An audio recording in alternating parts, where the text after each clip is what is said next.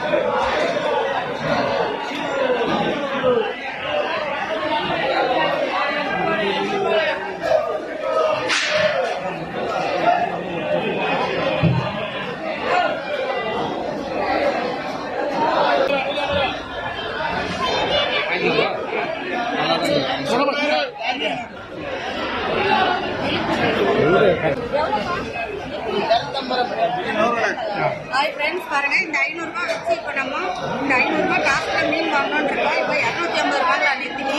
இப்போ இதை கொடுத்து ஒரு கிலோ நெத்திலி வாங்கிக்கிறாங்க. மத்தி எவ்வளோங்க?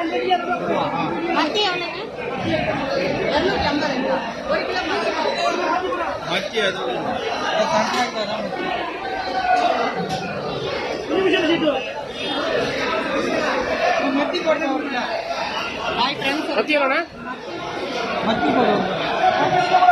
மத்தி எவ்வளோ? 250 மத்தி. மத்தி போடு மத்தி 250 ரூபாங்க. அதை கொடுத்து வாங்கி வச்சுங்க.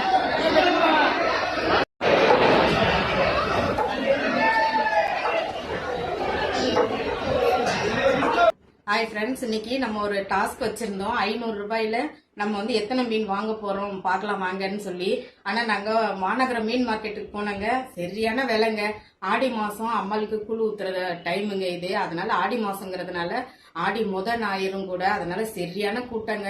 காலு வைக்க கூட இடம் இல்லை, அவ்வளோ கூட்டம். நாங்களே வீடியோ எடுத்திருக்கோம் பாருங்க.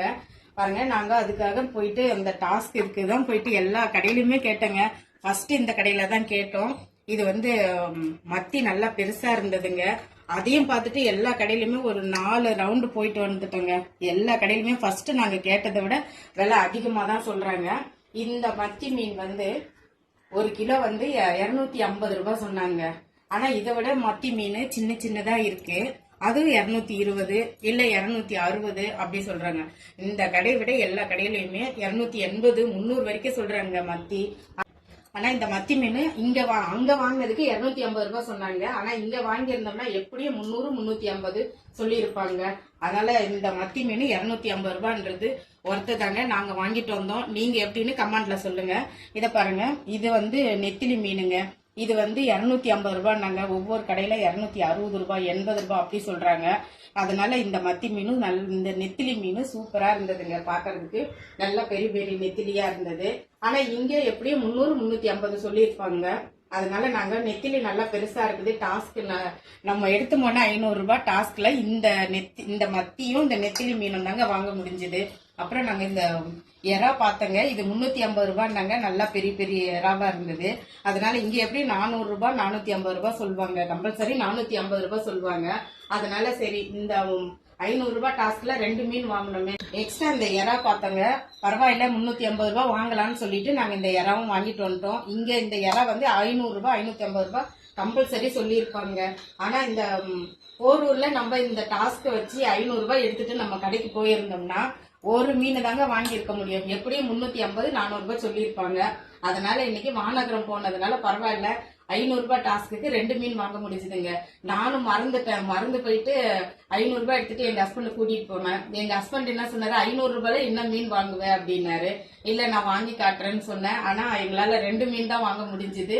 ஆனா இந்த ஆடி மாசங்கிறதுனால தான் நம்மளால அந்த 500 ரூபாய்க்கு 2 மீன் வாங்க முடிஞ்சது. ஆனா மத்த டைம்ல எல்லாம் வாங்கியிருக்கலாம்.